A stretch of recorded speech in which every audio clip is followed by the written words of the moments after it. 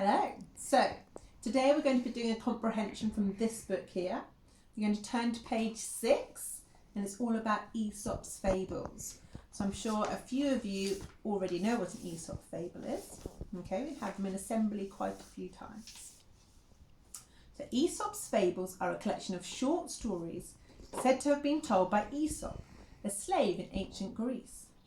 These stories have been passed down for generations, and each one contains a message known as a moral, which teaches the reader a lesson about how to live their life. Now the first one we got here is The Fox and the Stork. Now a stork is a bird with a very, very long beak, and that's really important to remember when listening to this story.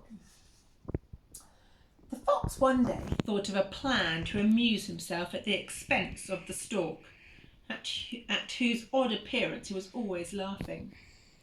"You must come and dine with me today," he said to Stork, smiling to himself at the trick he was going to play.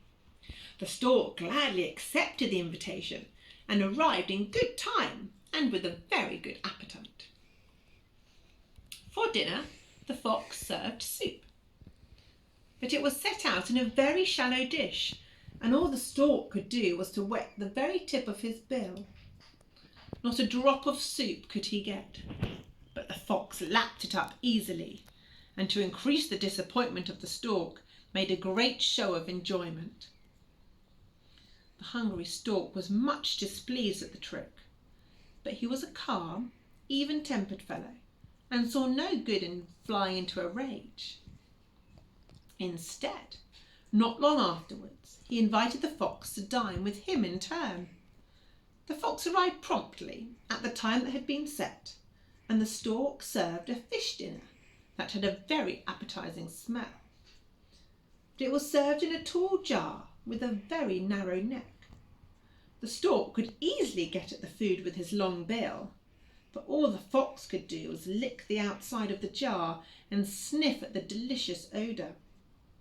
And when the fox lost his temper, the stork said calmly, "Do not play tricks on your neighbours unless you can stand the same treatment yourself."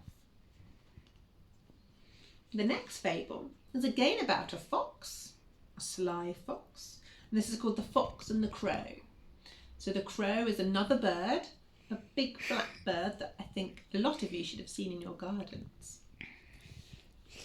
One bright morning, as the fox was following his sharp nose through the wood in search of a bite to eat, he saw a crow on the limb of a tree overhead. This was by no means the first crow the fox had ever seen. What caught his attention this time and made him stop for a second look was that the lucky crow held a bit of cheese in her beak.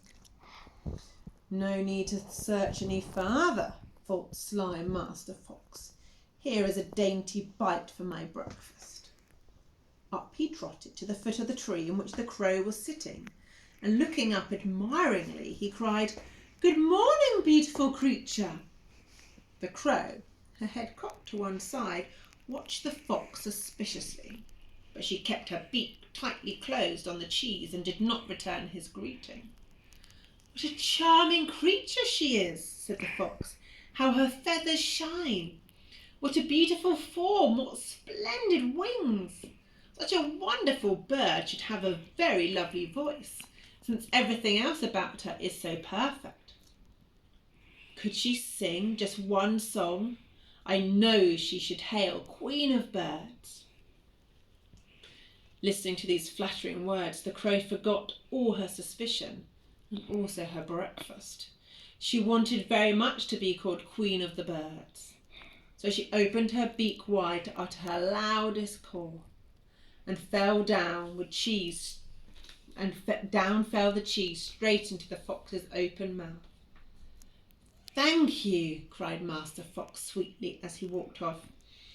"Though it is cracked, you have a voice sure enough, but where are your wits?"